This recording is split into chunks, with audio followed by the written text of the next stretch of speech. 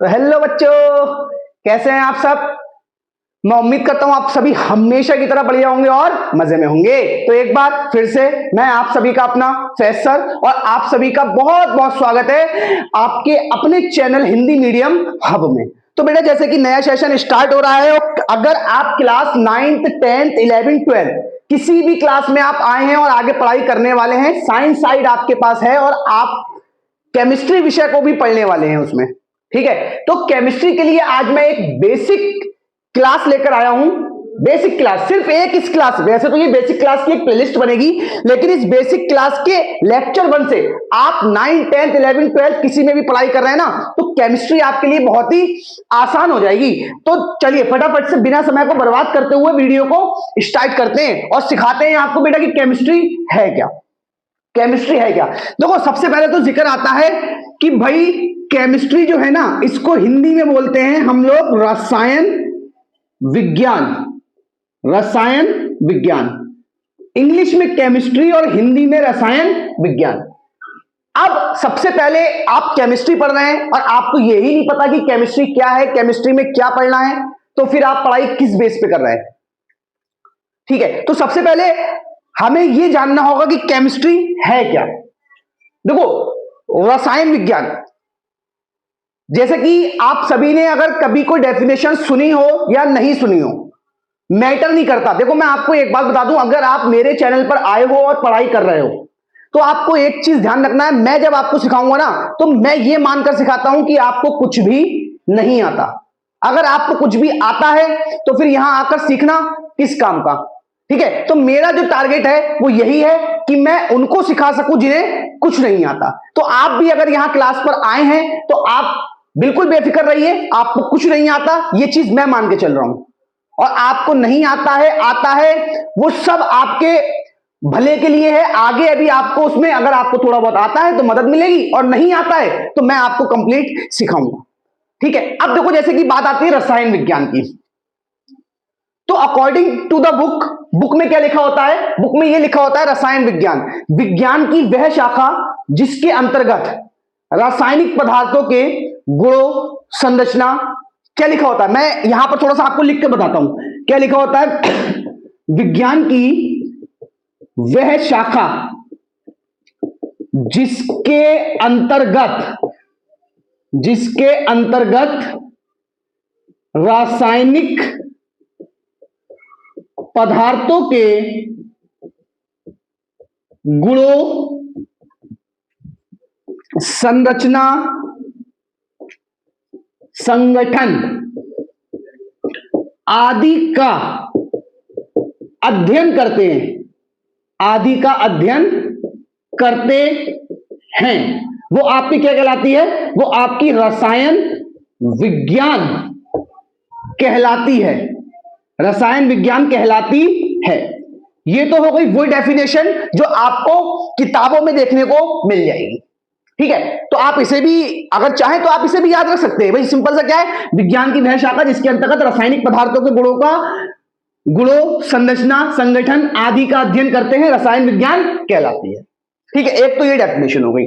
अब ये तो हो गई भाई थोड़ी सी किताबी लैंग्वेज में। अब रियल लाइफ में अगर हमसे कोई बंदा पूछे कि केमिस्ट्री क्या है तो हम उसे कैसे जवाब देंगे हम उसे कि केमिस्ट्री क्या है या रसायन विज्ञान क्या है। भाई सपोज करो मैं अपने घर से निकला या आप अपने घर से निकले और आप अपने घर से निकल के कोचिंग जा रहे हैं पढ़ने के लिए, ठीक है। कोचिंग पढ़ने के लिए जा रहा है तो आपने एक चीज नोटिस की होगी, जब हम निकलते हैं घर से और कोचिंग वगैरह के लिए जाते हैं तो रास्ते में हमारे मिलने वाला कोई बैठा हो या बड़ा बुजुर्ग कोई बैठा हो तो वो हमसे पूछता है, अरे बेटा कहां जा रहे हो, तो हम बड़ी खामोशी के साथ और हल्की आवाज में जवाब देते हैं, जी अंकल कोचिंग पढ़ने जा रहा हूं। अब जो हमने उन्हें यह जवाब दिया कि कोचिंग पढ़ने जा रहा हूं, ठीक है, बहुत सारे लोग होंगे जो कहेंगे चलो सही है बढ़िया, सही है बेटा, अच्छे से पढ़ाई करना और अच्छे से पढ़ना, मन लगा के पढ़ना। लेकिन बहुत सारे लोग उसमें ऐसे होते हैं, वो आपसे क्या पूछेंगे, वो आपसे पूछेंगे कि बेटा कौन सी कोचिंग पढ़ने जा रहे हो, कौन सी कोचिंग पढ़ने जा रहे हो। अब उन्होंने ये सवाल किया कौन सी कोचिंग पढ़ने जा रहा हो, अब आपने तुरंत बोल दिया कि भैया मेरी तो केमिस्ट्री क्लास है, मैं केमिस्ट्री पढ़ने जा रहा हूं। अब अगर वो बंदा पढ़ा लिखा है, मतलब उन्होंने अपने समय में पढ़ाई की है, तो वो जानते होंगे केमिस्ट्री क्या है। और अगर उन्होंने अपने समय में पढ़ाई नहीं की है तो बेटा उन्हें क्या पता केमिस्ट्री क्या है, उन्हें नहीं पता ना केमिस्ट्री क्या है। अब उन्होंने आपसे पूछ बैठे वो कि लल्ला यो केमिस्ट्री क्या हो गए, उन्होंने पूछ लिया आपसे कि लल्ला यो केमिस्ट्री क्या हो गए, तो क्या जवाब दोगे? तो तुम ये कहने बैठ जाओगे कि विज्ञान की वह शाखा जिसके अंतर्गत रासायनिक पदार्थों के गुणों, संरचना, संगठन आदि का अध्ययन करते हैं रसायन विज्ञान कहलाती है। कितनी सारी बातें, एक बात का जवाब देने के लिए उन्हें हमने कितनी सारी बातें ऐड कर दी कि विज्ञान की वह शाखा, विज्ञान की वह शाखा जिसके अंतर्गत रासायनिक पदार्थों के गुणों, संरचना, संगठन आदि का अध्ययन करते हैं रसायन विज्ञान कहलाती है। अब हमने उन्हें जो समझाना था ना उसे समझाने के चक्कर में देखो 1 2 3 4 5 6 7 ऐसे वर्ड बोल दिए इस परिभाषा में कि अब वो बिना पढ़ा लिखा बंदा जो है आपके सामने बैठा हुआ जिसने आपसे सवाल किया है, अब वो कंफ्यूज हो गया कि भैया इसने क्या क्या बोल दिया, क्या क्या बोल दिया। तो जवाब जो दिया जाता है ना, जवाब हमें किसी को ऐसा देना है कि संतुष्टि उसे मिल सके, हमें नहीं, संतुष्टि उसे मिल सके कि उसने जो सवाल पूछा उसका जवाब हम उसे सही तरीके से दे पाए। अब किसी ने मुझसे पूछा कि रसायन विज्ञान क्या है, तो पता है मैं उसे जवाब कैसे दूंगा? मैं उसे जवाब ऐसे दूंगा कि भैया, अच्छा अंकल जी मैं निकला घर से, उन्होंने मुझसे पूछा कि भैया बेटा कहां जा रहे हो? मैंने उनसे बोला कि अंकल जी मैं पढ़ाई करने जा रहा हूं और मेरी कोचिंग है तो मुझे कोचिंग पहुंचना है। तो उन्होंने बोला अच्छा बेटा कौन सी कोचिंग पढ़ने जा रहे हो? मैंने उनसे कह दिया जी अंकल वो मैं रसायन विज्ञान सब्जेक्ट होता है उसकी क्लास है मेरी, वो पढ़ने जा रहा हूं। उन्होंने मुझसे पूछा अच्छा ये क्या होता है? तो मैंने कह दिया ये अंकल ये विज्ञान होता है, जो साइंस होता है, साइंस के अंदर एक सब्जेक्ट होता है, साइंस को कुछ हिस्सों में बांटा गया, उसी का एक हिस्सा ये है रसायन विज्ञान। अब उन्होंने मुझसे पूछा कि रसायन विज्ञान बेटा ये क्या होता है, इसके अंदर क्या पढ़ते हैं? तो मैं उन्हें जवाब क्या दूंगा? मैं उन्हें जवाब कुछ ऐसे करके दूंगा कि हमारे आसपास होने वाला हर परिवर्तन रसायन विज्ञान है। मतलब हमारे आसपास जो भी चीज घट रही है ना, जो भी चीज घट रही है वो रसायन विज्ञान के अंदर आती है। अब वो कहेंगे कैसे? तो मैं उनसे कहूंगा जैसे कि मौसम का गर्म हो जाना, मौसम का ठंडा हो जाना, बारिश का हो जाना, नदियों का सूख जाना, ठीक है, और इसके अलावा कि मैं कल को छोटा हुआ करता था, खा खा के मैं आज इतना बड़ा हो गया, सेहतमंद हो गया, ठीक है। तो ये सब के सब चीजें कहां घट रही हैं? केमिस्ट्री के अंदर घट रही हैं। तो हमारे आसपास होने वाला हर परिवर्तन क्या है बेटा? रसायन विज्ञान। आप ये भी याद रखो, लेकिन इसके साथ साथ क्या याद रखोगे? हमारे आसपास होने वाला हर परिवर्तन रसायन विज्ञान है। जैसे कि अभी भी उन अंकल जी की अगर समझ में नहीं आई, उन्होंने मुझसे दोबारा पूछा, तो मैं उनसे कहूंगा अरे अंकल जी आप एक काम करना, भैया सुबह सुबह उठते हो आप, सबसे पहले आप सुबह में चाय पीते होगे।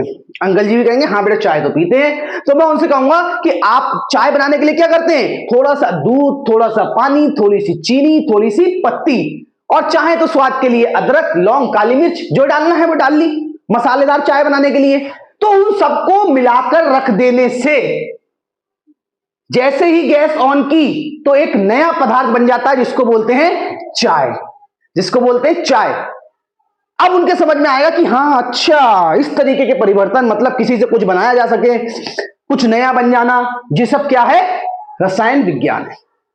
अब हम आते हैं जो हम सीख रहे हैं उसके ऊपर। भाई देखो ये तो हो गई रसायन विज्ञान की परिभाषा।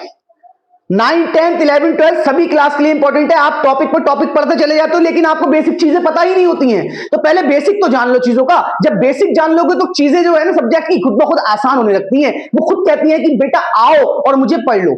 लेकिन जब तक उससे तुम समझोगे ही नहीं, उसकी बेसिक नहीं समझोगे, तो कैसे क्या कर सकते हो बताइए आप?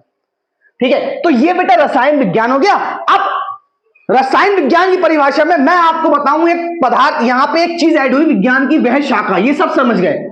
शाखा जिसके अंतर्गत मतलब अंदर रासायनिक पदार्थों के गुणों, संरचना, संगठन आदि का अध्ययन करते रसायन विज्ञान कहलाती है। इसमें एक वर्ड आया पदार्थों। अब ये अगर आप पढ़ रहे हैं साइंस, जिनको पता है पदार्थ क्या होते हैं अच्छी बात है, लेकिन मैं तो ये मानकर चलता हूं ना कि तुम्हें कुछ नहीं आता। एक टीचर का काम क्या है? तुम्हें सिखाना। तो मैं तुम्हें बिल्कुल जीरो लेवल से सिखाऊंगा। अब ये जो पदार्थों वर्ड आया, जस्ट इसको हमने यहां पे हेडिंग बना लिया कि भैया पदार्थ, या पदार्थ को एक और नाम से भी जानते हैं द्रव्य, द्रव्य, पदार्थ या द्रव्य। देखो पदार्थ को मैटर, ठीक है, द्रव्य को सबस्टेंस, ये चार नाम से जाना जाता है। या पदार्थ कह लो आप, या मैटर कह लो, या द्रव्य कह लो, या सबस्टेंस कह लो, ठीक है। अब बात आती है कि पदार्थ क्या है। देखो पदार्थ क्या है, दुनिया की हर वस्तु, दुनिया की हर वस्तु किसी ना किसी चीज से बनी है ना, तो वो जिससे बनी है या जो वो खुद है वो ही क्या है, पदार्थ। सपोज मेरे हाथ में ये एक मार्कर है, पेन है, कलम। अब ये जो मार्कर है ये प्लास्टिक का बना है, तो ये जो प्लास्टिक है ना, ये क्या है, एक पदार्थ है। क्या है, पदार्थ है। मतलब दुनिया की हर वस्तु, लाइक मैं इस रूम में वीडियो बनाता हूं तो इसके ऊपर जो फैन लगा है वो भी एक पदार्थ है, आसपास दीवारें हैं वो भी एक पदार्थ है, जिस मोबाइल पर वीडियो रिकॉर्ड हो रही है वो भी एक पदार्थ है, जिस बोर्ड पर मैं लिख रहा हूं वो भी एक पदार्थ है, जिस मार्कर से लिख रहा हूं वो भी एक पदार्थ है। तो ये सारी चीजें क्या है बेटा, पदार्थ है। अब अगर ये सारी चीजें पदार्थ हैं तो भैया फटाफट से इसकी डेफिनेशन क्या बनती है पदार्थ की, कि भैया दुनिया की हर वस्तु जिसे छूकर महसूस कर सके, जिसमें भार हो और जो स्थान घेरती हो, पदार्थ कहलाती है। पदार्थ कहलाती है। अब देखो यहां पे क्या बना, पदार्थ या द्रव्य। भाई सिंपल सी डेफिनेशन क्या बनी, दुनिया की हर वस्तु जिसे छूकर महसूस, पहली बात छूकर महसूस कर सके, दूसरी बात जिसमें भार हो, और तीसरी बात जो स्थान घेरती हो, जो स्थान घेरती हो। अब मैंने आपको ये बताया दुनिया की हर वस्तु पदार्थ है। अब ये तीन बातें कैसे फिट हो सके कि भैया जिसे छूकर महसूस कर सके, जिसमें भार हो और जो स्थान घेरती हो। तो देखो सिंपल सी कहानी क्या है, भाई ये एक पेन है, मैं इसे क्यों बता पा रहा पेन है, क्योंकि ये मुझे दिख भी रहा है आंखों से और मैं इसे छूकर महसूस भी कर सकता हूं। महसूस कर सकता हूं, नहीं कर सकता हूं। अब मैंने तो भाई, आप कहोगे सर छूकर महसूस क्यों करें, हम तो इसे देखकर भी बता सकते हैं कि ये पेन है। बिल्कुल बता सकते हो बेटा देखकर, लेकिन सपोज करो एक ऐसा व्यक्ति है जिसकी आंखें तो हैं लेकिन वो देख नहीं पाता, या उसकी आंखें ही नहीं है। अब वो कैसे बताएगा कि ये पेन है। एक अंधा व्यक्ति है, उसकी आंखें नहीं है या वो देख नहीं पाता है, आंखें हैं लेकिन देख नहीं पाता है, तो वो क्या करेगा, उसने एक बार चीज को छुआ यूं करके और उसे पता चल गया कि बेटा ये क्या है, ये इसे पेन बोलते हैं। उसने, वो देख नहीं सकता ना लेकिन सुन तो सकता है, उसे किसी ने छूकर बताया कि ये पेन है, तो उसने छूकर उसके शेप को महसूस कर लिया, और जैसे ही उसके हाथ में पेन पकड़ाओगे तो वो सबसे पहले उसे छुएगा और छूते ही क्या बता देगा कि भैया ये पेन है। तो यानी कि हम हर उस पदार्थ को पदार्थ कह सकते हैं, या हर उस वस्तु को पदार्थ कह सकते हैं जिसे छूकर महसूस कर सके। पेन हो, कपड़े हो, खुद कोई दूसरा व्यक्ति हो, ठीक है, तो वो सब क्या है, पदार्थ है। अब दूसरी चीज क्या आई, छूकर महसूस कर सके।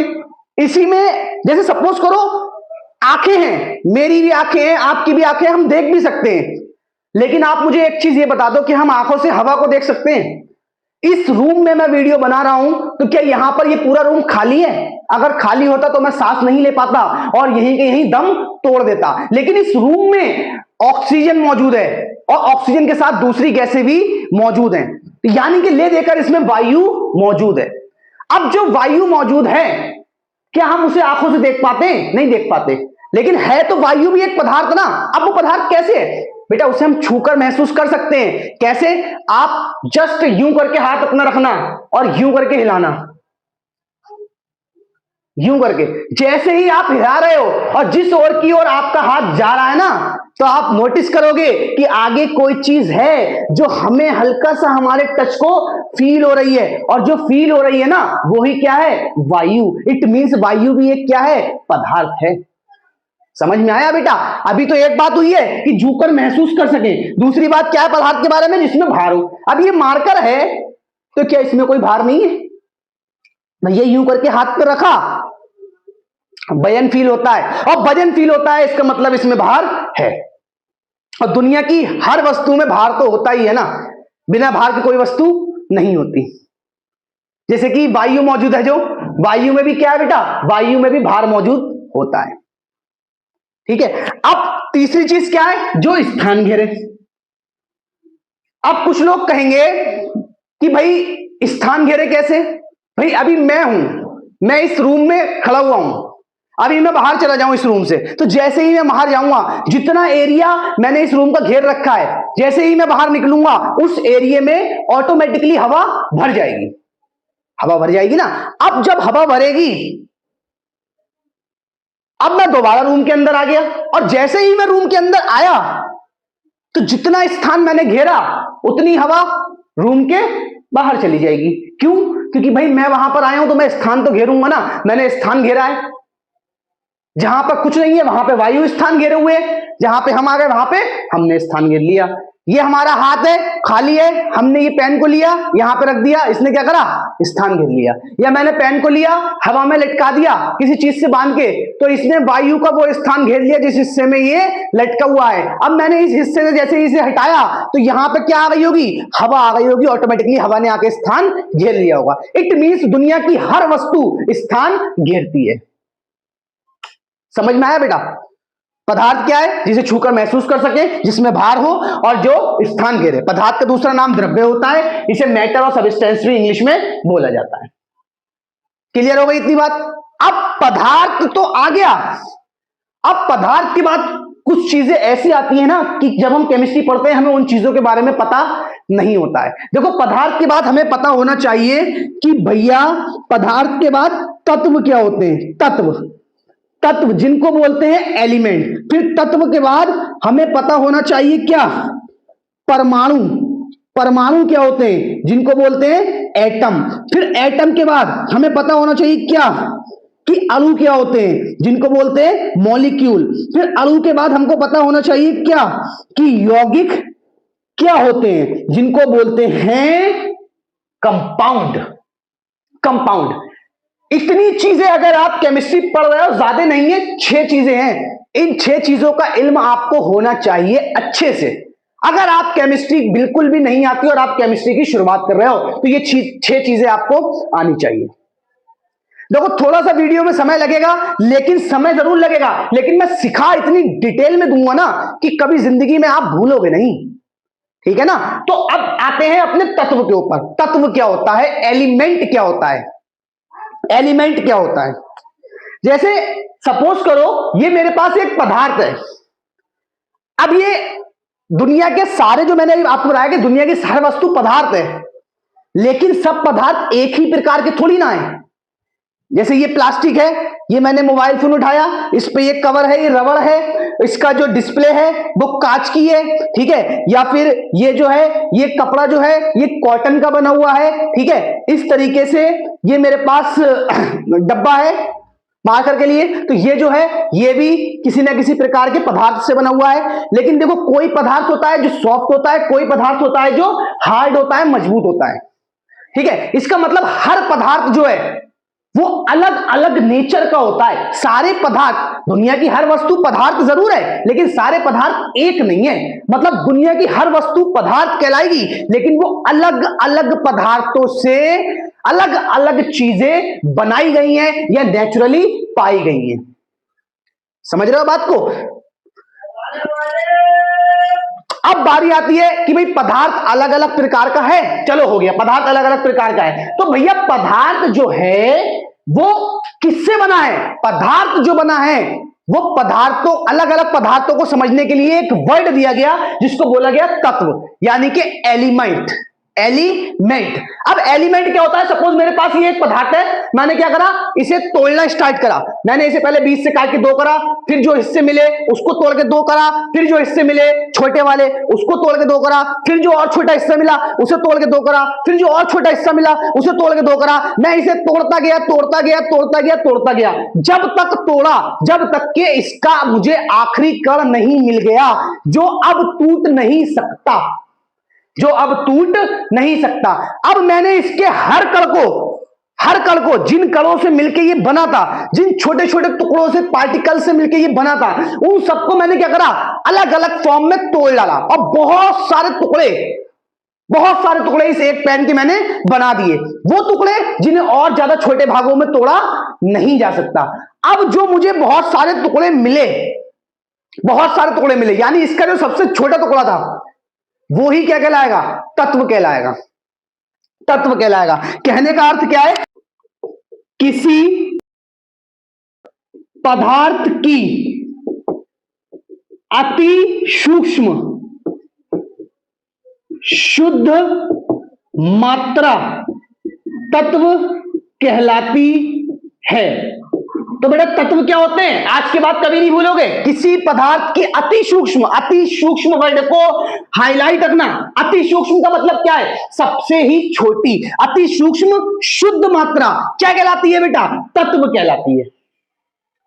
समझ रहे हो बात को, मतलब वो अति सूक्ष्म भी होनी चाहिए, मतलब सबसे छोटी भी होनी चाहिए, और शुद्ध भी होनी चाहिए, मतलब उसमें किसी दूसरे की मिलावट नहीं होनी चाहिए। जैसे कि फॉर एग्जाम्पल अभी आपको आगे इन चीजों के बारे में बताएंगे, जैसे कि हाइड्रोजन हो गया, सोडियम हो गया, पोटेशियम हो गया, क्लोरीन हो गया, ऑक्सीजन हो गया, ठीक है। अब ये सब देखो क्या है, ये सब जो है ना, ये इनके क्या है, ये इनके प्रतीक हैं। किसके, मतलब जब दुनिया में हाइड्रोजन का पदार्थ खोजा गया, अब उसे कैसे पहचानते कि वो हाइड्रोजन है, तो उसको पढ़ने के लिए, क्योंकि सब पदार्थों को भाई नाम तो दे दिए गए, लेकिन उनको लिखते कैसे, तो उनको लिखने पे समझने के लिए उन्हें प्रतीकों में बांट दिया गया कि हाइड्रोजन पदार्थ का जब अध्ययन करेंगे तो उसे हम H से लिखेंगे, सोडियम पदार्थ का जब हम अध्ययन करेंगे उसे हम Na से लिखेंगे, पोटेशियम पदार्थ का जब हम अध्ययन करेंगे उसे हम K से लिखेंगे, क्लोरीन पदार्थ का जब हम अध्ययन करेंगे उसे हम Cl से लिखेंगे, और ऑक्सीजन पदार्थ का जब हम अध्ययन करेंगे उसे हम O से लिखेंगे। ये तो होगा इनके प्रतीक, यही इसके क्या है, एग्जाम्पल। अब ये इसके एग्जाम्पल तो है, लेकिन कोई भी पदार्थ अति सूक्ष्म शुद्ध मात्रा, जैसे कि मेरे पास एक पात्र है, इसमें एक पदार्थ भरा है। अब इसमें सारा पदार्थ जो है ना हाइड्रोजन का भरा है, सारा पदार्थ हाइड्रोजन का भरा है, तो ये क्या कहलाएगा, तत्व कहलाएगा। अब जैसे ही इसमें क्या हुआ, थोड़ा हाइड्रोजन है और थोड़ा Cl है, थोड़ा हाइड्रोजन है और थोड़ा Cl है, तो ये तत्व नहीं कहलाएगा, क्या कहलाएगा वो अभी आपको आगे बताते हैं। जरा नीचे की थोड़ी सी बातें क्लियर कर लें, फिर ये पॉइंट और मक्खन हो जाना है, मजा आ जाएगा आपको। अब अगली बारी आती है तत्व के बाद में परमाणु की।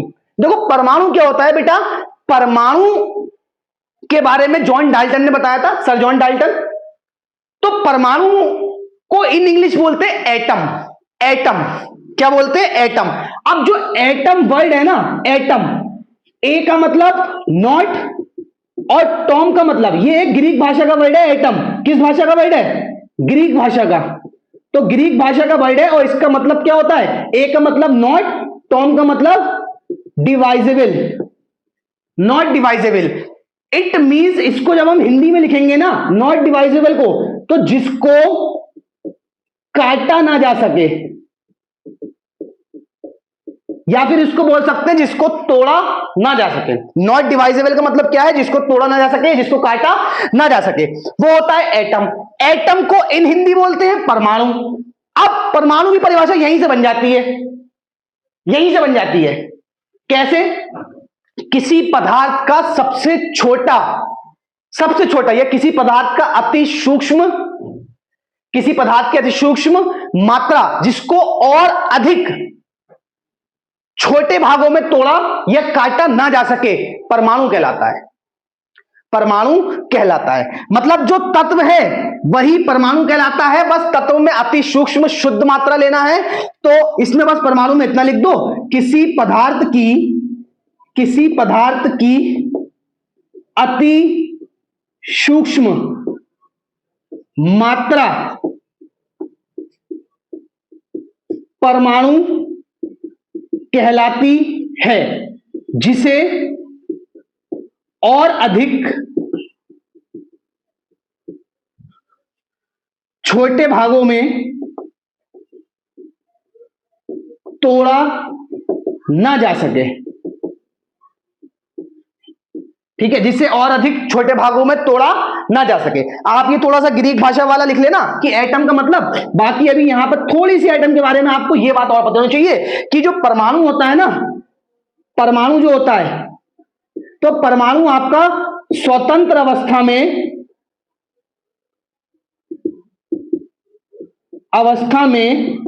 नहीं रह सकता है, नहीं रह सकता है, परंतु रासायनिक अभिक्रिया में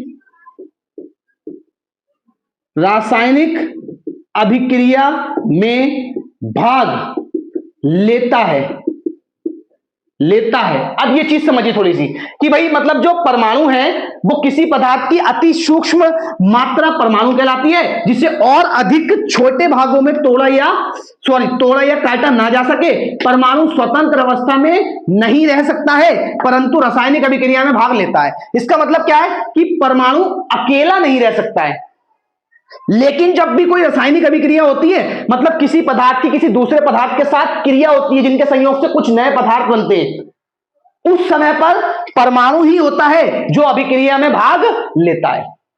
परमाणु ही अभिक्रिया में भाग लेता है। बाकी जो अभिक्रिया वगैरह के बारे में वो तो आपका 10th से स्टार्ट हो ही जाता है, ठीक है, 11 12 में भी उनके बारे में है। अब तो परमाणु के बारे में आपको क्या समझ में आया? किसी पदार्थ की सबसे छोटी मात्रा जिसे और अधिक तोड़ा या काटा ना जा सके परमाणु कहलाता है। यही मैंने आपको तत्व में बताया, किसी पदार्थ की अति सूक्ष्म शुद्ध मात्रा तत्व कहलाती है। मतलब अति सूक्ष्म तो ये भी है ना जिसको तोड़ा या काटा ना जा सके।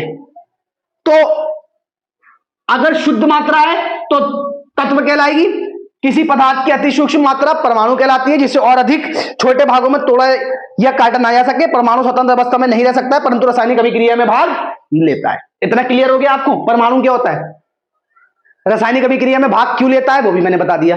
रासायनिक अभिक्रिया का मतलब क्या है? जब दो या दो से अधिक पदार्थ आपस में क्रिया करें और कुछ नया पदार्थ बना दें, ठीक है, या एक ही पदार्थ को हम गर्म करें वो कुछ नए पदार्थों में टूट जाए, तो उस समय पर जितनी भी ये वाली क्रियाएं होती है कि जब कोई पदार्थ किसी पदार्थ से क्रिया करता है तो वो पूरा पदार्थ एक बार में क्रिया नहीं करता, पहले वो पदार्थ छोटे छोटे परमाणुओं में अलग हो जाता है, फिर उसके परमाणु जो अलग होते हैं वो दूसरे के परमाणुओं के साथ मिलकर क्रिया करते हैं और कुछ नया बनाते हैं।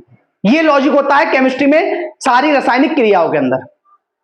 अब बात आती है कि अगला टॉपिक क्या है? अणु। अणु को बोलते हैं इन इंग्लिश मॉलिक्यूल। क्या बोलते हैं? मॉलिक्यूल। अब अणु क्या होता है? सिंपल सी कहानी है, दो या दो से अधिक परमाणु मिलकर अणु बनाते हैं और ये स्वतंत्र अवस्था में रह सकता है, परंतु रासायनिक अभिक्रिया में भाग नहीं लेता है। रासायनिक अभिक्रिया में भाग नहीं लेता है। अब समझो अणु क्या है? दो या दो से अधिक परमाणुओं से मिलकर बनेगा। मतलब जो परमाणु था, अगर दो परमाणु आपस में जुड़ जाएं तो जो बनेगा वो अणु कहलाएगा, और ये स्वतंत्र अवस्था में रह सकता है परंतु रासायनिक अभिक्रिया में भाग नहीं लेता है। मतलब परमाणु का जस्ट उल्टा है। परमाणु स्वतंत्र अवस्था में नहीं रह सकता था, ये रह सकता है। परमाणु स्वतंत्र अवस्था में नहीं रहने के साथ साथ रासायनिक अभिक्रिया में भाग लेता था, लेकिन ये रासायनिक अभिक्रिया में भाग नहीं लेता है। क्यों? क्योंकि ये अकेला रह सकता है। अब इस बात को थोड़ा सा ना यहां पर समझिए, जो मैंने ये लिखा है इसमें थोड़ा सा ये समझिए आप बात को। जैसे मैंने क्या बोला था, अगर हाइड्रोजन अकेला है तो ये पूरे में हाइड्रोजन भरा पड़ा है, तो ये हो गई इसकी शुद्ध मात्रा। और किसी भी पदार्थ की अति सूक्ष्म शुद्ध मात्रा क्या कहलाती है? तत्व कहलाती है। तो इस केस में अभी पूरी की पूरी मात्रा क्या कहलाएगी? तत्व कहलाएगी। जैसे ही इसमें Cl मिला दिया, अब दो अलग अलग परमाणु आ गए। अब ये दोनों मिलकर एक नया चीज बनाएंगे जो बनेगा HCl, क्योंकि परमाणु है, दोनों परमाणु है। और मैंने अभी क्या बताया? परमाणु स्वतंत्र अवस्था में रह ही नहीं सकता है, मतलब उसके साथ मजबूरी है कि वो किसी ना किसी के साथ जुड़ा हुआ होगा, और जब वो किसी के साथ जुड़ेगा तो दो जब परमाणु जुड़ जाएंगे तो बेटा क्या बन जाएगा? आपका अणु बन जाएगा। तो इसका मतलब जैसे ही ये दोनों दोनों की मात्रा अशुद्ध हो गई मिलने के बाद, और दोनों की अशुद्ध मात्रा मिलके क्या बन गई? HCl, क्योंकि परमाणु अकेला रह नहीं सकता, दोनों ने आपस में क्रिया कर ली तो HCl बन गया। अब ये जो HCl बना ये बेटा क्या कहलाया आपका? ये हो गया आपका अणु। अकेला है तो परमाणु, और अकेले की मात्रा अगर बिल्कुल शुद्ध है, इसमें Cl है ही नहीं, तो वो क्या हो गया? तत्व हो गया। जैसे ही Cl आया, Cl भी एक तत्व है, हाइड्रोजन भी एक तत्व है। जब दोनों को मिला दिया तो दोनों ने क्रिया करके HCl बनाया, और HCl एक क्या है? अणु। ऐसे ही H भी एक परमाणु है, Cl भी एक परमाणु है, लेकिन H और Cl मिलकर क्या बन गए? HCl, और HCl क्या होता है बेटा? अणु होता है। क्लियर हो गया? अणु और परमाणु के बारे में सब क्लियर हो गया होगा। अब परमाणु के बाद में बारी आती है यौगिक की, सॉरी अणु के बाद में बारी आती है यौगिक की, जिसको बोलते हैं कंपाउंड। तो कंपाउंड की डेफिनेशन बनेगी, फटाफट से यहीं पे अपनी क्लास समाप्त करने का समय आ गया है। जब HCl यहां पर बना तो क्या पूरे बर्तन में केवल एक HCl बना होगा? भाई सपोज करो इसमें 1000 Cl थे, 1000 H थे, तो HCl कितना बनेगा? 1000 अणु बनेगा ना। अब HCl एक है कि भाई ये मेरे पास एक बर्तन है, इसमें मैंने HCl भरा, अगर HCl एक है तो ये अणु है, लेकिन इसकी बहुत सारी मात्रा है। कैसी? बहुत सारी, यानी कि इसमें इसके अनेकों अणु हैं, अनेकों अणु हैं, तो वो क्या कहलाएगा? वो यौगिक कहलाएगा। मतलब किसी भी अणु की बहुत सारी मात्रा, जब अणु की मात्रा बहुत सारी हो जाए तो वो क्या बन जाता है? तो वो यौगिक कहलाता है। मतलब अणु की अधिक मात्रा यौगिक कहलाती है, यौगिक कहलाती है।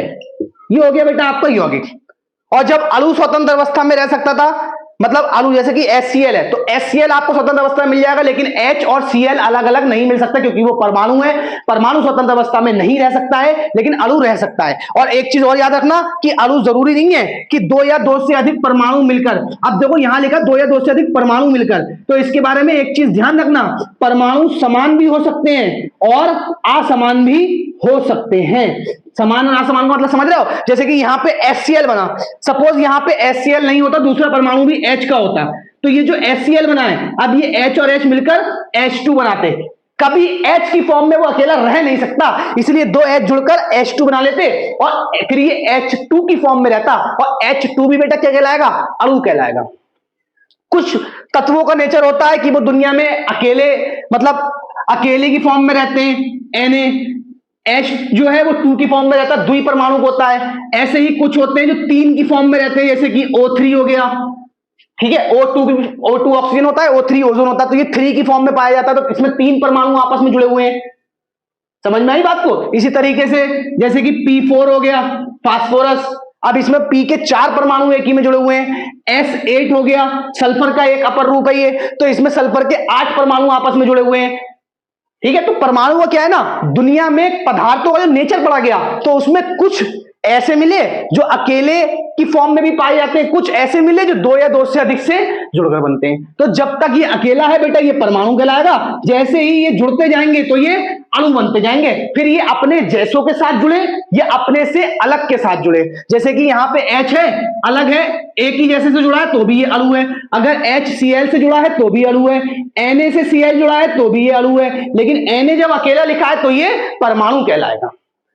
ठीक है, पहले मैं साइड में रहता हूं, आप इसका स्क्रीनशॉट लीजिए। ले लिया बेटा स्क्रीनशॉट। अब इतना काम जरूर कर लेना बेटा, जितना मैंने सिखाया है इसको लिख लेना, और इन बातों को देखो, थोड़ा सा कॉम्प्लिकेटेड तुम्हें इसलिए लग सकता है क्योंकि तुम्हें कुछ भी नहीं आता, और मैं इसीलिए तो आया हूं ना कि कुछ भी नहीं आता और मैं तुम्हें सिखा सकूं। तो मैंने पूरी कोशिश करी है आपको अच्छे से सिखाने की, और आगे भी इसी तरीके से सिखाता रहूंगा। अगर वीडियो आपको अच्छा लगा है तो अपने साथियों के साथ शेयर करना, उन साथियों के साथ पहले शेयर करना जो कि पैसों की वजह से पढ़ाई नहीं कर पाते हैं, ठीक है। और वीडियो को लाइक भी जरूर करना, और अगर कोई दिक्कत या परेशानी है तो कमेंट करके मुझे जरूर बताना। तो इसी के साथ बेटा मैं आपसे अलविदा लेना चाहूंगा, फिर मुलाकात होगी आपसे एक नए और धमाकेदार वीडियो के साथ।